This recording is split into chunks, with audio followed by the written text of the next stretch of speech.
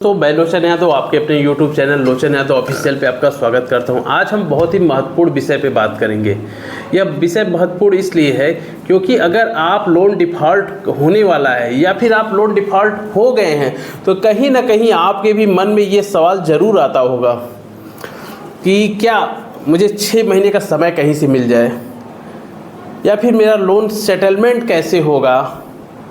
मैं अपने लोन की ईएमआई को कम करना चाहता हूँ, मेरा ईएमआई कम हो जाए, समय बढ़ जाए, या फिर मैं इस लोन से मुक्ति कैसे पाऊँ। इन सब के बारे में हम विस्तार से बताएंगे। अगर आप लोन डिफ़ॉल्टर हो गए हैं या फिर लोन डिफ़ॉल्टर होने की कगार पे हैं या फिर आपको लगता है कि आगे से मैं पैसे नहीं दे पाऊँगा, तो यह प्रश्न आपके दिमाग में ज़रूर आया होगा।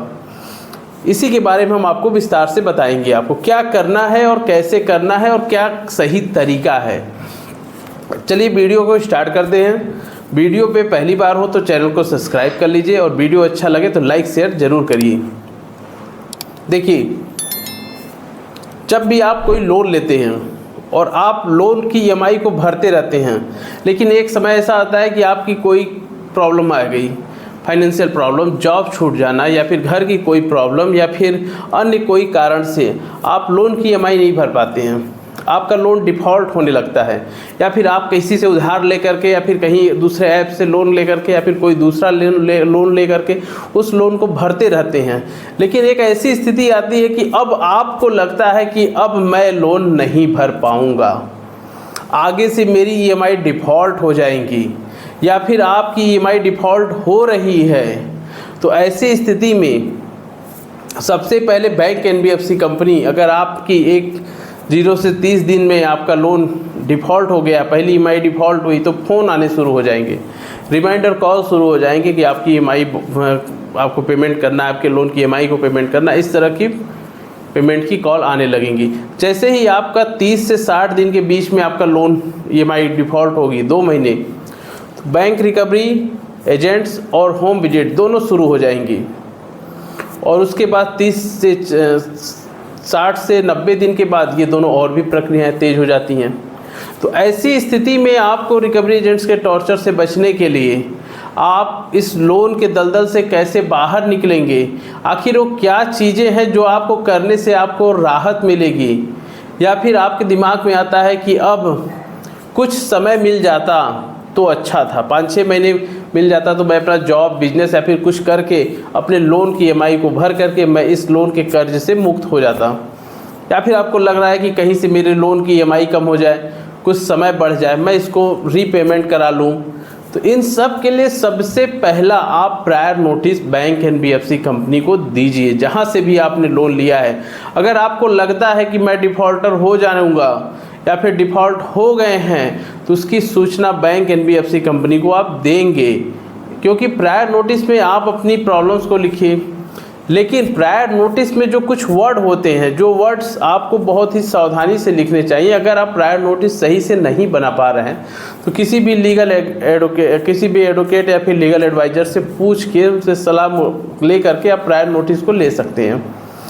कभी कभी आप लोग गलती क्या करते हैं, आपने लोन लिया, लोन के पैसे को शेयर मार्केट में लगा लिया या फिर किसी और चीज़ में लगा लिया, जिस पर्पज़ से लोन लिया उस पर्पज़ से लगाया नहीं, दूसरे चीज़ों में लगा लिया, लालच किए और अचानक आपको वहाँ से लॉस हो गई। तो प्रायर नोटिस में ये सब मेंशन करेंगे तो आप फंस जाएंगे। प्रायर नोटिस में टेक्निकल वर्ड्स भी यूज किए जाते हैं, जिससे कि जो लगे कि आपकी जेन्युइन प्रॉब्लम है। अगर आपका मेडिकल का इशू है तो मेडिकल सर्टिफिकेट भी उसमें अटैच कर सकते हैं, या फिर आपकी जॉब छूट गई। तो इन सब चीज़ों को अगर आप नहीं बना पा रहे हैं तो किसी लीगल एक्सपर्ट या एडवोकेट के थ्रू भी बनवा करके आप बैंक एनबीएफसी को प्रायर नोटिस दे सकते हैं।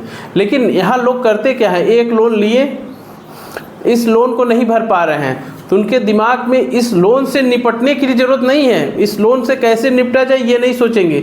सोचेंगे कि एक और लोन ले लें, उस लोन से हम इस लोन को भर देंगे, उसमें 3-4 महीने का समय मिलेगा, हम जॉब करके या फिर कुछ करके उसको भी मेंटेन कर लेंगे। लेकिन ऐसा होता नहीं है, इसी के तुरंत विपरीत होता है। जैसा आप सोचते हैं उसके विपरीत हो जाता है। आपका बिजनेस तो पहले से ही नहीं चल रहा है, जॉब आपकी छूट चुकी है, आप कैसे कह रहे हैं कि आपका लोन दूसरे बैंक से लोन लेंगे, उसका दे देंगे। एक का दे ही नहीं पा रहे, एक के चक्कर में दूसरा ले लिए। अब वहाँ से रिकवरी वाले टॉर्चर कर रहे हैं तो आप सोचेंगे कोई ऐप से लोन ले लें, फिर उसके बाद क्रेडिट कार्ड ले रहे हैं। तो ये सब चीज़ें जब आप करते जाते हैं तो एक स्टेज ऐसा आता है कि आपकी लोन की EMI जो है वो आपकी सैलरी इनकम से अधिक हो गई। अब आप ना लोन भर पा रहे हैं, ना आपको रिकवरी वाले टॉर्चर कर रहे हैं। तो ऐसी स्थिति में लोन के EMI को भरने के लिए दूसरा लोन, दूसरे लोन के लिए तीसरा लोन, यह भी गलत है। अगर आपके साथ ऐसा हो रहा है तो कमेंट बॉक्स में ज़रूर बताइएगा कि हाँ मैं इसका भुक्तभोगी हूँ, मैंने भी ऐसा किया है, तो मैं इसको बताऊँगा भी कैसे आपको सही कराना है। अगर आप लग रहा है कि मुझे 6-7 महीने का समय मिल जाए तो प्रायर नोटिस में मेंशन भी कर सकते हैं। देखिए, प्रायर नोटिस आप पहले भेज दीजिए, जिससे कि कोई भी कार्य आप बैंक NBFC करें तो उसको मालूम भी हो कि आप बिल्कुल डिफ़ॉल्टर नहीं है, किसी कारणवश आप EMI नहीं दे पा रहे। जैसे पैसे हो जाएंगे आप उनकी EMI को दे देंगे। दूसरी चीज़ ये होती है कि जैसे ही आपने लोन को लिया, कुछ दिनों तक आपने लोन को रन कराया तो आपके माइंड में लगता है कि सेटलमेंट करा लें। आपके माइंड में लगता है कि अब इसका सेटलमेंट हो जाए, 20, 25, 30, 40, 50% भी इसका सेटलमेंट हो जाए। ये आप माइंड में नहीं आता कि इसको कंटिन्यू करें, अच्छे से इसको चलाएं। कुछ लोग होते हैं जो बिल्कुल डिफ़ॉल्टर होते हैं, उनका काम ही है लोन लेकर के नहीं देना। उनके पास पैसे हैं लेकिन नहीं दे रहे हैं। तो अगर आपके माइंड में चल रहा है कि सेटलमेंट करा लिया जाए, तो सेटलमेंट एक दिन में नहीं होगा। इस बात को लिख लीजिए, सेटलमेंट एक दिन में नहीं होगा, लेकिन सेटलमेंट एक दिन ज़रूर होगा। अगर आप लोन की EMI नहीं भर पा रहे हैं, आपके मन में अचानक आ जाए कि सेटलमेंट हो जाए, मैं रिकवरी एजेंट्स के टॉर्चर को नहीं झेल पा रहा हूँ, मैं सेटलमेंट चाह रहा हूँ, तो सेटलमेंट एक दिन में नहीं होगा, लेकिन सेटलमेंट एक दिन ज़रूर होगा। तो आपको करना क्या है, सबसे पहले आप बैंक NBFC कंपनी को प्रायर नोटिस देंगे, प्रायर नोटिस दे देंगे। उसके बाद सेटलमेंट जो वर्ड होता है, सेटलमेंट, यह आपका अधिकार नहीं है। पहली बात, अगर आपको लगता है कि सेटलमेंट मेरा अधिकार है, मैं बैंक को कहूँगा सेटलमेंट के लिए, तो यह आपका अधिकार नहीं, इसको भूल जाइए। सेटलमेंट बैंक का अधिकार है, सेटलमेंट बैंक कराती है, आप नहीं कराएंगे सेटलमेंट। जैसे अब बैंक को लगेगा कि मैं इस कस्टमर से, इस क्लाइंट से, इस पर्सन से अब मैं लोन की EMI नहीं भर पाऊंगा, मैंने इसको नोटिस दिया, उससे पहले इसने मुझे प्रायर नोटिस दे दिया, मैं लीगल का नोटिस दे रहा हूँ, ये भी मुझे लीगल नोटिस का किसी एडवोकेट एक्सपर्ट के थ्रू इसका जवाब दे रहा है। बैंक अपने सारे साम दाम दंड भेद सब कर लिया। अब लग रहा है बैंक को कि मैं इससे पैसे नहीं निकल पाऊँगा, तो बैंक भी चाहती है कि उसके NPA ना बढ़ें। जितना प्रेशर आपके ऊपर है उतना ही प्रेशर बैंक के ऊपर भी रहता है कि हमारा NPA ना बढ़े। तो बैंक तब आपको जाकर के सेटलमेंट के लिए ऑफ़र करेगी। ऐसा नहीं है कि बैंक आपको सेटलमेंट कह देगी, आप कुछ दिन लोन नहीं चलाएं, सेटलमेंट एक प्रक्रिया है।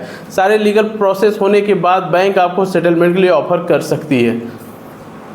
लेकिन कभी कभी आप लोग पूरी तरह से कान में तेल डाल के बैठ जाते हैं कि नोटिस आए आने दो, किसी नोटिस का जवाब नहीं दे रहे हैं। रिकॉल नोटिस, डिमांड नोटिस, कोई भी नोटिस का आप जवाब नहीं दे रहे हैं। और अगर आर्बिट्रेशन की प्रक्रिया हो गई उसमें भी ऑब्जेक्शन नहीं दे रहे हैं। तो कभी कभी केस जब होता है, तो जब आपके ऊपर केस होंगे, जब आपने लोन लिया है, जो केस की प्रक्रिया चलती है, उसमें बैंक के पास तो इतनी मोटी फाइल होगी, बैंक इतनी मोटी फाइल वहाँ प्रेजेंट कर देगा कि मैंने इनको ये नोटिस दिया, मैंने इनको ये नोटिस दिया, मैंने इनको ये नोटिस। तो उस समय आपके पास कोई जवाब नहीं होगा कि आपने क्या किया, बैंक ने ये नोटिस दिया तो आपने क्या किया। इसीलिए मैं बार बार कहता हूँ, अगर आप लोन डिफ़ॉल्टर हो गए हैं, लोन की EMI नहीं भर पा रहे हैं और आपको लगता है कि मैं आगे लोन नहीं भर पाऊँगा, तो प्रायर नोटिस दीजिए। उसके बाद एक अपनी फाइल मेंटेन करना सीख जाइए, नहीं तो आपके लिए बहुत ही नुकसानदेह होगा। फाइल मेंटेन करना मतलब कि इसमें कोई आपको लिखा पढ़ी नहीं करना है। जो नोटिस आ रही है उस नोटिस का आप क्या जवाब दे रहे हैं, उस नोटिस को अगर आप स्पीड पोस्ट कर रहे हैं तो स्पीड पोस्ट की पर्ची, और जिस दिन वो डिलीवर्ड हुआ उसका भी आप ऑनलाइन उसका स्टेटस चेक करके उसका प्रिंट आउट निकाल के रख लीजिए। यानी लेटर जो आया है उसको रखिए, उसका आपके क्या जवाब दिया उसकी फ़ोटोकॉपी रखिए, स्पीड पोस्ट की जो आप पर्ची मिली है, रसीद मिली है, उसको रखिए, और डिलीवरी रिपोर्ट ऑनलाइन आप ट्रैकिंग ID से उसको ट्रैक करिए और उसका भी प्रिंट आउट लिखाइए कि इस तारीख को यहाँ डिलीवर्ड हो गया है। इन सब चीज़ों को आपको रखना है, क्योंकि जब आप कभी मुसीबत में होंगे तो आपको यही लीगल नोटिस आपको बचाएंगी कि आपने ये भेजा, मैंने ये दिया, आपने ये दिया, आपने ये दिया। क्योंकि जब आपका अकाउंट NPA हो जाता है 92 डेज या 3 मंथ हो जाते हैं तो बैंक एनबीएफसी कंपनी लीगल कार्रवाई करने लगती हैं, लीगल कार्रवाई करने लगेंगी। आपको recall notice, demand notice, arbitration की नोटिस, पेमेंट एंड सेटलमेंट, इन सब की जब नोटिस आएंगी तो आपको इन सभी नोटिसों का जवाब देना ही है। आपके पास पैसे नहीं है कोई बात नहीं, जब हो जाएंगे दे देंगे, लेकिन जो नोटिस आ रही है नोटिस का तो जवाब दीजिए। जो लीगल नोटिस आ रही है उस लीगल नोटिस का आपको जवाब देना ही देना है। किसी लीगल एक्सपर्ट या फिर एडवोकेट के माध्यम से उसको बनवा करके भेजते रहिए, जिससे कि आपके ऊपर कोई भी कार्रवाई न हो सके, क्योंकि लीगल नोटिस का जवाब देना बहुत ही ज़रूरी है। अगर आप इसको इग्नोर करते हैं तो बैंक एनबीएफसी मानती है कि आप बिल्कुल डिफ़ॉल्टर हैं, आप जानबूझ के हमारे पैसे को नहीं दे रहे हैं, आपके पास पैसे हैं आप पैसे को नहीं दे रहे हैं। तो इस ऐसी स्थिति में यह गलत है। अगर पैसे हैं तो आप इनके पैसे दे दीजिए। और लोन की ईएमआई का डिफ़ॉल्ट होना यह क्राइम की श्रेणी में नहीं आता, मैं बार बार कहता हूँ। लेकिन अगर कोई भी नोटिस आ रहा है तो उसे आप इग्नोर ना करिए। सबसे पहले प्रायर नोटिस दीजिए, उसके बाद रिकॉल, डिमांड, आर्बिट्रेशन जो भी नोटिस आ रही है उनका नोटिस का जवाब दीजिए। और अगर आपको लगता है कि मुझे समय मिल जाता, कुछ मेरी ईएमआई कम हो जाती, मेरा समय ज़्यादा हो जाता, तो आप बैंक एनबीएफसी कंपनी को रीपेमेंट, रीस्ट्रक्चर के लिए, अपने लोन को रीस्ट्रक्चर के लिए बैंक से बात कर सकते हैं। जो आपके मैनेजर होंगे उनसे बात करिए कि मुझे लोन का रीस्ट्रक्चर कराना है, मैं ईएमआई नहीं भर पा रहा हूँ, तो आपके लोन को रीस्ट्रक्चर भी कराया जा सकता है। जब आपकी स्थिति सही हो जाए तो आप उनका पेमेंट कर दीजिए। और नोटिस का जवाब तो आपको देना ही देना है। अगर आप चाहते हैं कि कोई कार्रवाई ना हो तो जो नोटिस आए उस नोटिस का आप जवाब दीजिए।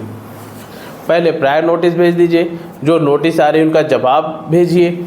उसके साथ साथ जो नोटिस आई है उस नोटिस पे आपने क्या जवाब लगाया, अगर स्पीड पोस्ट किया है तो स्पीड पोस्ट की कॉपी, अगर आपने मेल किया है तो मेल का स्क्रीनशॉट, और आपने डिलीवर्ड, अगर आपका स्पीड पोस्ट डिलीवर्ड हो गया तो डिलीवर्ड का स्टेटस चेक करके उसका प्रिंट आउट रख लीजिए। अगर बैंक आपकी फ़ाइल बना रहा है तो आप भी फाइल बनाइए अपनी, नहीं तो बाद में आपके लिए यह सरदर्द हो जाएगा। और सेटलमेंट एक दिन का प्रोसेस नहीं है। अगर आपको लगता है सेटलमेंट एक दिन का प्रोसेस है, मैं बैंक को सेटलमेंट के लिए कहूँगा, तो यह गलत है। आप बैंक को सेटलमेंट के लिए नहीं कह सकते हैं। बैंक आपको सेटलमेंट का ऑफ़र तब देगा जब बैंक को लगेगा कि आप से पैसे निकाल पाना अब संभव नहीं है, तब बैंक आपको सेटलमेंट का ऑफ़र करेगी। और सेटलमेंट होता था, होता है और होता रहेगा। लोन का सेटलमेंट पहले से होता था, होता है और होता रहेगा। इनके क्राइटेरिया अलग हैं। सिक्योर्ड लोन के प्रोसेस अलग हैं, अनसिक्योर्ड लोन के प्रोसेस अलग हैं। इसलिए मैं आपको बार बार कहता हूं, अगर इनके पैसे हैं तो इनके पैसे आप दे दीजिए। तो आपको महत्वपूर्ण बातें क्या करनी है, पहला आपको प्रायर नोटिस भेजिए, दूसरा आपको जो नोटिस आए उसको इग्नोर नहीं करना है, उस नोटिस का जवाब आपको देना है। अपनी फाइल को मेंटेन करना है कि मैंने ये जवाब आया तो मैं इसका ये जवाब दिया, ये नोटिस आया इसका मैंने ये जवाब दिया। उसके साथ साथ अगर आपके पास पैसे हैं तो इनके पैसे आप ज़रूर दे दीजिए।